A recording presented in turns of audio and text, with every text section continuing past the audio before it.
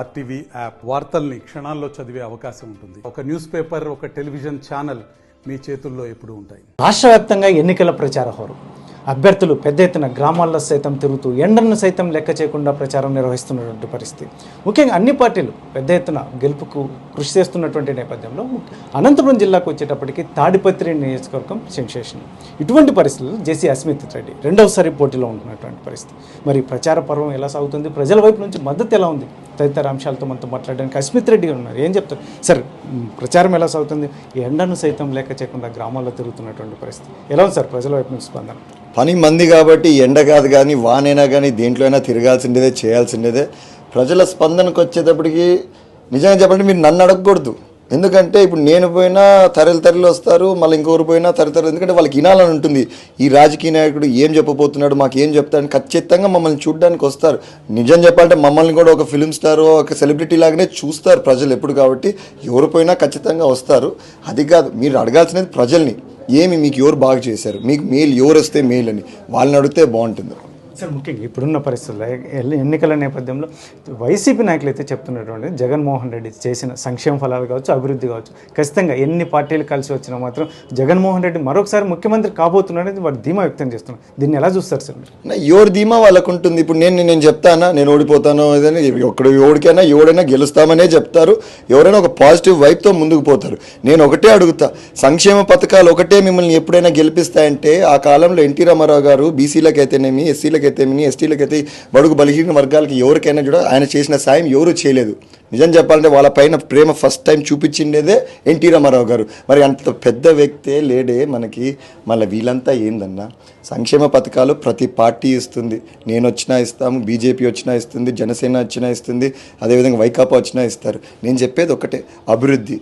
మన భావితరాలు ఎవరైతే రాబోయే తరం ఏదైతే ఉందో అది ముందుకు పోతుందా లేదా, వాళ్ళ కోసం ఏమైనా చేస్తున్నామా అవి కూడా చూస్తారు ఖచ్చితంగా. సొట్టి సంక్షేమ పథకాలపైన అయితే వాళ్ళ తప్పుదారిలో ఉన్నారు, మార్చుకునేది మేలు. సార్, ముఖ్యంగా ఇప్పుడున్న పరిస్థితుల్లో రెండోసారి జేసీ అస్మిత్ రెడ్డి పోటీ చేయబోతున్నారు. దీన్ని ఎలా చూస్తున్నారు సార్ ప్రజలు? ఎందుకంటే లాస్ట్ టైం ఓడిపోయిన అంశం గుర్తుందా సార్ ఈ ప్రజలకు? ఖచ్చితంగా గుర్తుంది. వాళ్ళు అనుకుంటున్నారు తప్పు చేశాం, ఈ ఫ్యామిలీ అయితే మా ఊరిని ఎంత బాగు చేస్తుందని ఒక్కసారి గుర్తు తెచ్చుకుంటున్నారు ప్రతి ఒక్కరు. ఖచ్చితంగా రాబోయే కాలంలో ప్రజలు అన్నీ ఆలోచించి ఓట్లేస్తారని నేను అనుకుంటున్నాను. సార్, ముఖ్యంగా జేసీ అస్మిత్ రెడ్డి ఒకవేళ గెలిస్తే ఏంటి యాక్షన్ ప్లాన్, ఏంటి ముందుకెళ్తున్నారు? ఒక పక్కా ప్రణాళికతో ముందుకెళ్తారు. ఎందుకంటే జేసీ కుటుంబం అంటే ఒక ప్రణాళికతో ముందుకెళ్తున్నటువంటి పరిస్థితి. ఇటువంటి పరిస్థితుల్లో జేసీ అస్మిత్ రెడ్డి ఏ రకంగా ముందుకెళ్ళబోతుంది అన్న? ఖచ్చితంగా నాకు ఒక ప్లాన్ ఉంది. ఫస్ట్ అండ్ ఫార్మోస్ట్ మా పల్లెలకంతా నీళ్ళు ఇప్పించే బాధ్యత నాది. అదేవిధంగా టౌన్ దగ్గరికి ఏదైతే మన మున్సిపాలిటీ పరిధిలో ఉందో అక్కడ మాత్రం మళ్ళీ మొత్తం 30 ఏళ్ళ కిందట ఏ విధంగా అయితే మాకు డ్రైనేజ్ ప్రాబ్లం, నీళ్ళ ప్రాబ్లం ఏవేవైతే ఉన్నాయో మళ్ళీ అన్నీ స్టార్టింగ్ నుంచి నేను చేసుకుంటా రావాలా. Especially water is my main priority. ఈసారి మాత్రం ఎన్నికల్లో గెలిస్తే. సార్, మొత్తం మీ ఫ్యామిలీ అంతా కూడా క్యాన్వాస్లో పాల్గొంటుంది. పవన్ కుమార్ రెడ్డి గారు కూడా ఈ మధ్య కొంచెం గ్యాప్ తీసుకున్నారు, తిరిగి ప్రచారంలో పాల్గొనే అవకాశం ఉంటుంది. ఖచ్చితంగా తిరుగుతున్నాడు కదా, చూస్తూనే ఉన్నారు కదా. కేవలం తాడిపత్రే కాదు, నేను ఆల్రెడీ చెప్పున్నాను, ప్రతి నియోజకవర్గంలో ఏదో ఒక దగ్గర పట్టు ఉంటూనే ఉంటుంది. నిన్న సింగనమల్లకి వెళ్ళాడు, అక్కడ మన ఎంపీ అభ్యర్థికి ప్లస్ బండారు శ్రావణి గారికి క్యాంపెయినింగ్ చేశారు. మొన్న పామిడి దగ్గరికి పోయాడు, క్యాంపెయినింగ్ చేశాడు. మళ్ళీ ఈవినింగ్ టైమ్స్ తాడిపత్రి వదిలిపోవట్లేదు, ఖచ్చితంగా మున్సిపాలిటీ పరిధిలో చేస్తున్నాడు. అదేవిధంగా నాకు తెలిసి ఈరోజు అయితే ఏదో పల్లెలు పెట్టుకున్నట్టున్నాడు. సో ఖచ్చితంగా చేస్తాడు. ఇంకా తమ్ముడి కోసం కాకపోతే ఇంకెవరి కోసం చేస్తాడు, ఖచ్చితంగా చేస్తానే ఉంటాడు కూడా. సార్, ముఖ్యంగా ఫైనల్గా చెప్పండి సార్, ఇప్పుడున్న పరిస్థితుల్లో ఎస్పెషల్లీ రాష్ట్ర వ్యాప్తంగా తెలుగుదేశం పార్టీ కూటమి ఎన్ని సీట్లతో గెలిచే అవకాశం ఉందని భావిస్తున్నారు? ముఖ్యంగా అనంతపురం జిల్లా కూడా ఎన్ని సీట్లు గెలిచే అవకాశం? అన్న, దానిపైన నేను చర్చించకూడదు. నాకేమో నేను ఎన్నైనా చెప్తాను. నేను 175 కొట్టు 175 నేను కూడా నచ్చు. ఎందుకు ఇంకా మా అంటే నెల కూడా లేదు. చూద్దాం, ప్రజలే తీర్పిస్తారు, వేచి చూద్దాము. నాకు తెలిసి అయితే అంతా బాగుంది, ప్రజలు మార్పు కోరుకుంటున్నారు. ఖచ్చితంగా చంద్రబాబు నాయుడు గారు, తెలుగుదేశం పార్టీ, జనసేన, బీజేపీ కూటమి పార్టీ ఏదైతే ఉందో ఖచ్చితంగా ప్రభుత్వం ఫామ్ చేస్తుంది. ఎన్ని సీట్లు అది ప్రజలకు వదిలేద్దాం. మనమైతే పొగురుగా మాట్లాడకూడదు, మనకు వద్దు కూడా.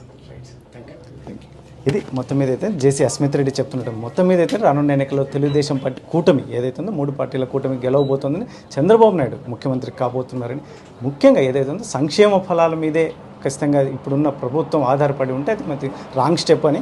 మరోవైపు ముఖ్యంగా ఏదైతే ఉందో తాడిపత్రి నియోజకవర్గంలో గతంలో ఓడిపోయిన అంశం కూడా ప్రజలు ఇక్కడ గుర్తుపెట్టుకున్నారని, అస్మిత్ రెడ్డిని ఇప్పుడు ఖచ్చితంగా గెలిపించడానికైతే సిద్ధంగా ఉన్నారని, అందులో రాష్ట్ర వ్యాప్తంగా మెజార్టీ సీట్లు కూడా లభించే అవకాశం ఉందని చెప్పేసి జేసీ అస్మిత్ రెడ్డి చెప్తున్నటువంటి పరిస్థితి. కెమెరా పర్సన్ సుధాకర్తో చల్లకి నాయుడు, RTV అనంతపురం.